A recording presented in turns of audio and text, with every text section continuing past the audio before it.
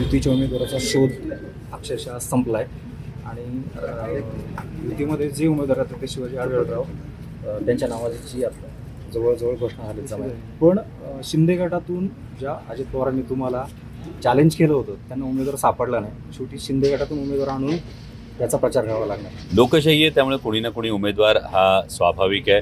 म्हणजे 2019मध्ये शिरूर लोकसभा मतदारसंघामध्ये ज्या वल्गना ऐकायला मिळाल्या होत्या, बराक ओबामा आले तरी काही हरकत नाही किंवा अजितदादांनी समोर उभं राहावं, मला वाटतं हा एक विलक्षण योगायोग आहे की ज्यांना आव्हान दिलं होतं त्यांच्याच पक्षामध्ये आता माजी खासदार जात आहेत. पण या त्यांच्या चौथ्या पक्षबदलाच्या माझ्याकडून त्यांना मनपूर्वक शुभेच्छा. लोकशाही आहे, त्यामुळे प्रत्येकाला निवडणूक लढवण्याचा प्रचार करावा लागणार.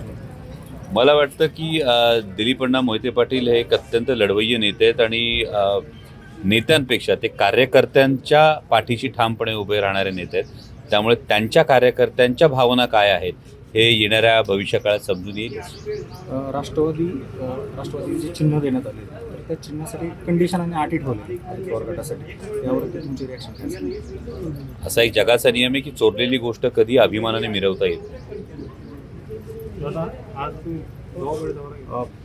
पवार साहेब काही धक्कातंत्र अवलंबतात, ज्योती मेटे, शाहू महाराज यांच्या रूपाने आज हे सगळं होते. कसं पाहताय तुमच्याकडे? मी त्या दिवशी निलेश लंकेंचा जो प्रवेश झाला तेव्हाही सांगितलं होतं की ये तो सिर्फ ट्रेलर आहे, पिक्चर अभी बाकी आहे.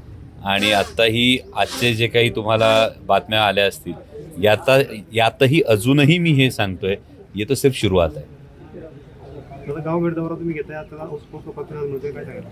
नाही, गावभेट दौऱ्याला हा उत्स्फूर्त प्रतिसाद हा नक्कीच आहे की ही सगळी मंडळी सर्वसामान्यांचा आवाज म्हणून गेल्या 5 वर्षामध्ये संसदेमध्ये सातत्यानं सर्वसामान्यांचा आवाज उठवत असताना गावभेट दौऱ्यामध्ये प्रत्येक नागरिकाचं, प्रत्येक मायबाप जनतेतल्या प्रत्येक घटकाचं म्हणणं हेच आहे की आमचा आवाज संसदेत घुमतो, आमचा आवाज संसदेत आमचे प्रश्न मांडतो आणि त्यामुळे हा उत्स्फूर्त प्रतिसाद प्रत्येक गावात बघायला मिळतो.